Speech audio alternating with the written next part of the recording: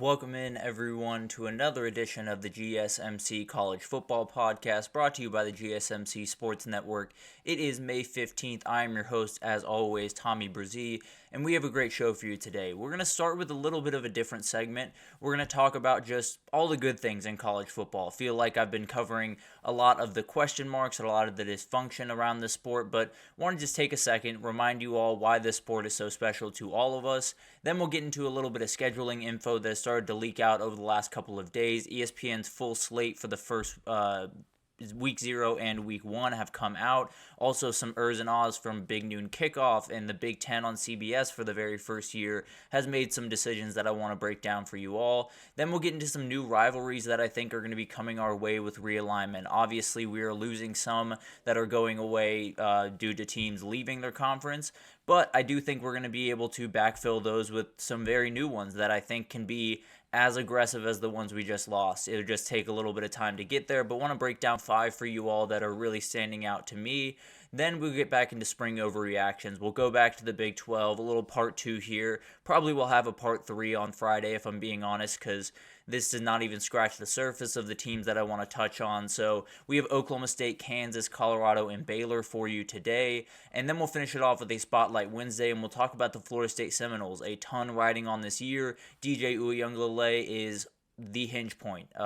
Point blank period. So we'll break that down. But before we get into all of that, I do want to remind you all we get tons of questions and comments throughout the show. And the best way for you all to get your question on the screen, maybe have a fun back and forth with me, maybe call me out on something that I didn't say that I probably should have, definitely use that tip and donation link at the bottom of the screen. It gets you to the top of the queue. Make sure that I can see you on the screen and we can kind of shout you out a little bit throughout the show. Again, that's gsmcpodcast.net if you have any questions or comments. But let's jump right in and let's talk about this energy that has been around college football for the last little bit. I have been doing this show for probably about a couple of months now. I think about 2.5 months.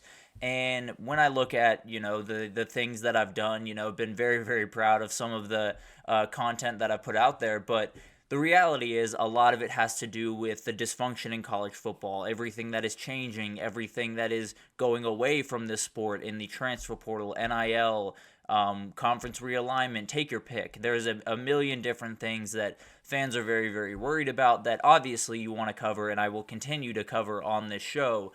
But I felt like we should take just a second because a couple more things have started to come out over the week, and we'll definitely get back to those over the next couple of days.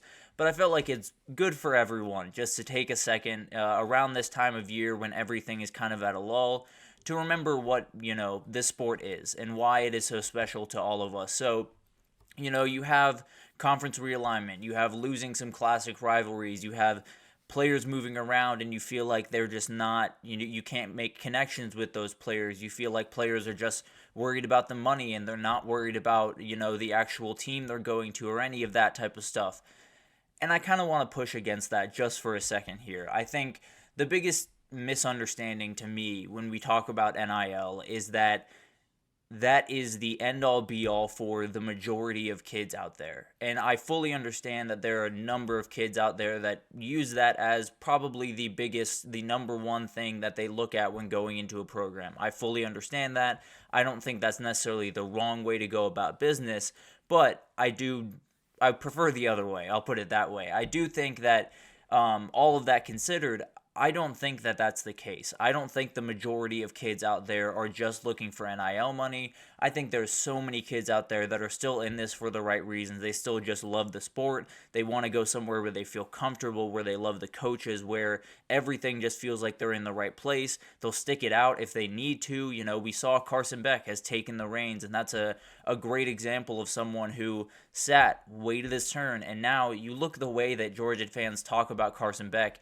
it is the most glowing thing you've ever seen. And it's the same thing that happened with Stetson Bennett where, yeah, he did transfer out, but he came right back because that's where he wanted to be. He wanted to be a Georgia Bulldog, and that's something that, resonates with fans. And I think it's something that we're going to see, honestly, more and more of as we go throughout this transfer portal era where maybe you'll have a guy that transfers early on in his career. Like a great example is Quinn Ewers. He came over from Ohio State after, being there for probably about 5 months. I think he showed up in August, was gone by, January. So was not there very long, was not around on Ohio State's campus for very long. But then he made it to Texas, the team that, he was a fan of when he was growing up, a team that was very much in on his recruitment and he was committed to prior to all the craziness with Tom Herman and that coaching turnover.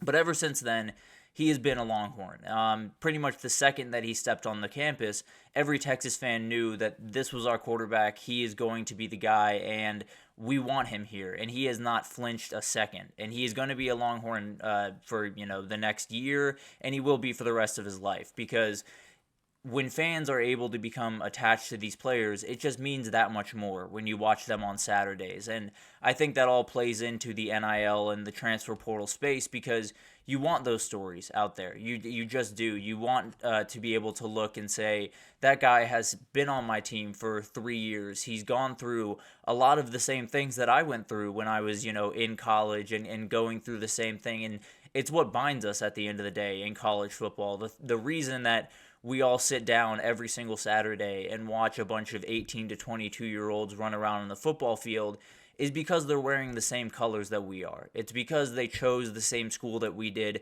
and they chose it in a lot of reasons for the same reasons that we did.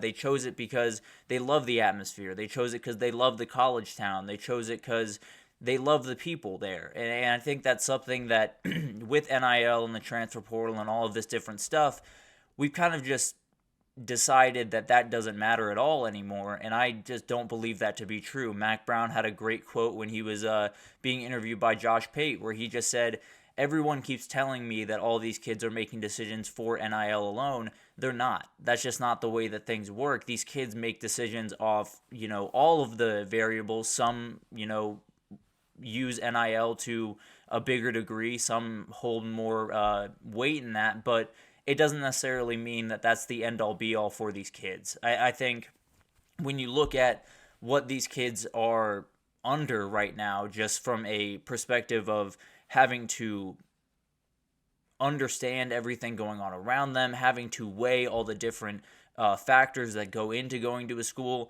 it's a really, really tough thing to do, and I think they've handled it really well. Now, all that being said, our sport is different, and it's hurting in a number of different ways, and there are solutions that just need to come very, very soon. But to me, I've said this pretty much from the beginning of the playoff expansion and all of this different changes that have started to happen over the last couple of years.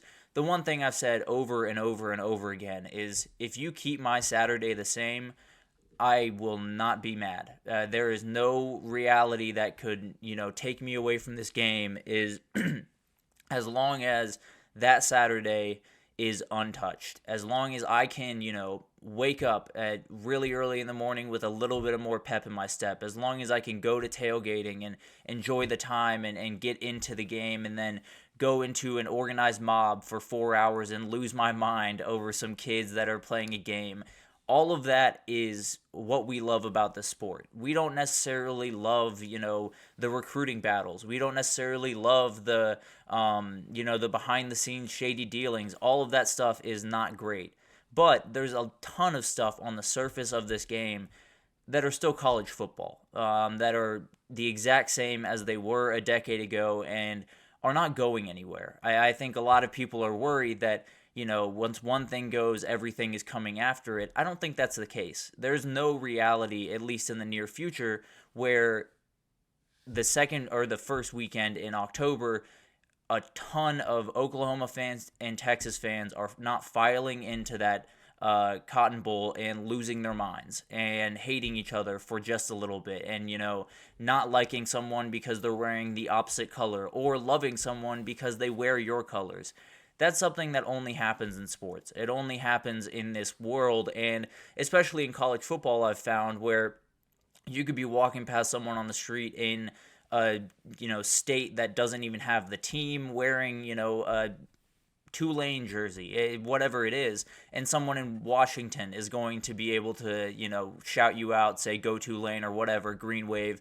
It's one of those things that makes college football special, is with colleges, you're there for 4 years, but then you spread out. Then everyone goes all over the place, and they carry that with them. They carry that fandom with them, and it creates for an incredible world around us where we have, Tulane fans in Washington, and we have Texas fans in Maine, and we have Notre Dame fans in Arizona. It's just college football is one of the very few sports, just in general, where you adopt a team for 4 years or 5 years or however long you're there, and they hold for the rest of your life based off one decision that you made when you were 18 years old. And I think that doesn't go away. I guess the best way to put this, all of this, great things we love about the sport, the tailgating, the rivalries that get a little bit heated at times, the energy in that stadium, the fandom, the relationships that you make along the way by being fans of specific teams, none of that's going anywhere. Obviously, there is, answers that need to be made very, very soon. There are big-time decisions that need to be come to, but when you look at this sport and you look at where it is right now and what it could be, there's a gap. I'm not going to act like there isn't a gap, but when I look at Saturdays every single year, even last year when a lot of this stuff was changing, and this year obviously will paint a really good picture of what the future will look like, but I have no doubt that the second I wake up on Saturday, I'm not going to be thinking about NIL. I'm not going to be thinking about transfer portals. I'm not going to be thinking about, the House versus NCAA. I'm not going to be worrying about NIL back pay or revenue sharing or all of the different things that are coming at us at a million miles an hour. All of that washes away because there's a 4-hour period where you are in a organized mob of 100,000 people, losing your mind, being emotionally attached, physically attached, mentally attached to this game. And it's what makes this game special. There's nothing about this sport that the things that makes this sport special all happen, within 10 miles of one of those stadiums, whether it's tailgating, whether it's creating new relationships, whether it's, the players on the field, which is the biggest part of this. Is when you watch college football now, everyone wants to, demonize these players and make them out to be, money-hungry guys that only want NIL. But at the very core of all of this, at the center of every single sport across every single country in the world, but college football just feels a little bit more special to me in particular. But at the absolute core of this is just every Saturday we get to go into a stadium and watch, 50 or 100 kids live out their dream on a weekly basis. We get to watch kids, live out moments that they had only dreamed up in their head, and now they're reality. And I think that's gotten lost in all the craziness that has been going on. So I'm going a little bit long here. I got very excited about this segment just because it feels like a lot I've been talking about has been the negatives that are going on around college football and how to fix those. But there's a lot of things that are not broken. There's a lot of things that are still beautiful about this game, and in my eyes, they're still the most important things. So I understand being upset about this stuff. I understand being worried, and I promise you we will get back to our regularly scheduled programming tomorrow with some not so great things that are coming down the road and some big question marks. But the reality is there are really good parts of this game still. Just enjoy those parts. I understand there's a lot of worry on the outside. You can't control that outside stuff. Just enjoy this game for what it is, for the beautiful things that happen on the football field and off the football field for these kids, and just don't let the dysfunction get in the way of you loving what made this sport special in the first place, which is none of the stuff that we're talking about right now. So it's going to be really interesting to watch all of this develop. I know that there are fans out there that are very nervous about the future of this sport, but man, the bad things in this sport pale in comparison to the beautiful, incredible things in this sport. And I just felt like everyone kind of needed a little bit of a reminder for that. But we'll move on here. We'll take our first break. And when we come back, we're going to talk about some scheduling info in the 2024 season. We have some game day sites. We have a full slate for ESPN the first couple of weeks. We have Big Noon Kickoff, Big Ten on CBS for the very first time. Tons of stuff to get to, so stick with us, and we will be right back with that.